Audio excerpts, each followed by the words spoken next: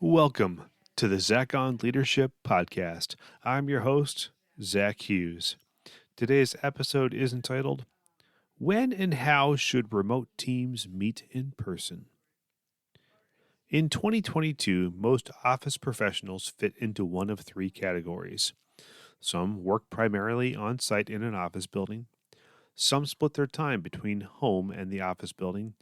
Lastly, some work full-time remotely from their home offices or wherever they happen to be. The majority of my teams fit into the last category. They are fully remote, and they are quite happy and productive doing so. As their leader, I'm quite content to offer as much flexibility as possible. I found that people do their best work and are most likely to stay with us when we offer that flexibility. Fully remote doesn't mean never being in person. While many teams prefer remote work, it doesn't mean they never want to see their coworkers in person ever again. There may be some people that feel that way, but not the majority. Most are willing and have a desire to connect with their teammates in person. As leaders, how do we meet that need while balancing remote flexibility?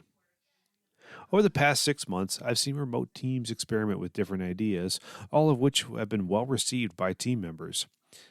If you lead a fully remote team and haven't gotten the group together in person yet, I thought I'd offer these ideas for your consideration. Volunteer. I can't think of a better excuse to get your team together than for a volunteer event. You get to get out of your work routine, you serve your community, you bond as a team, everybody wins. I did this with my team last week and it was a great experience. It's literally impossible to do yard work at a nature center or feed starving children over Zoom. You have to show up for this. Celebrate. When your team accomplishes a major milestone, get the crew together and celebrate the achievement. Yes, this can be done virtually too, but if you can pull off an in-person celebration, it'll be more memorable and impactful. Team building. I'm a firm believer that you can bond and have fun as a team virtually. I've written an article about that. You can find a link to it in the show notes. But it's also a great reason to get the team together. Go do something fun. Take in a sporting event, do an escape room, or have a picnic in a park. There are so many options. You probably did things like this as a team in 2019, but have you done anything in 2022 yet? A Gemba walk. Gemba walk is a term from the lean management philosophy. It means go where the work happens. For fully remote technology teams, I'll give a few examples. Infrastructure teams can visit remote sites to see how their technology solutions are being used. Application teams can visit their customers in the field to see how their application is being used. Sales enablement teams can ride along with a salesperson on a customer visit or attend a sales rally. I'm always impressed with what teams can accomplish remotely, but sometimes there's an advantage to going to where the work happens. Give it a try. You'll probably be surprised by what you discover. Going into the office. Fully remote teams don't want to be in the office building every week, but it can be good to go there every so often. It's just a matter of finding the right reason. I've heard the phrase, on-site is the new off-site.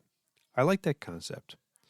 Here are a few reasons to gather your team together in the office building. An all-team meeting. Budget planning. Strategic planning. New employee onboarding. Annual performance reviews. Talent reviews. In-person vendor meetings. A few things to keep in mind. If your team hasn't ever met in person, ease into it first. Try a hybrid meeting with a remote option. If you plan an event where you really want everyone there, check everyone's comfort level and availability individually first before finalizing your plans. In conclusion, being fully remote is great, but it doesn't mean you never see people in real life. Remote team members don't want to commute to the office for the sole purpose of being present and accounted for.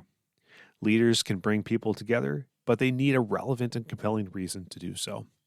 Not everything I've talked about here applies to you, but surely something does. Why not give it a whirl? Do you lead a fully remote team? Have you gotten the crew together lately? What did you do? How did it go? I'd love to hear from you. Please let me know. That's all for this week's episode of the Zach on Leadership Podcast. Thanks for listening.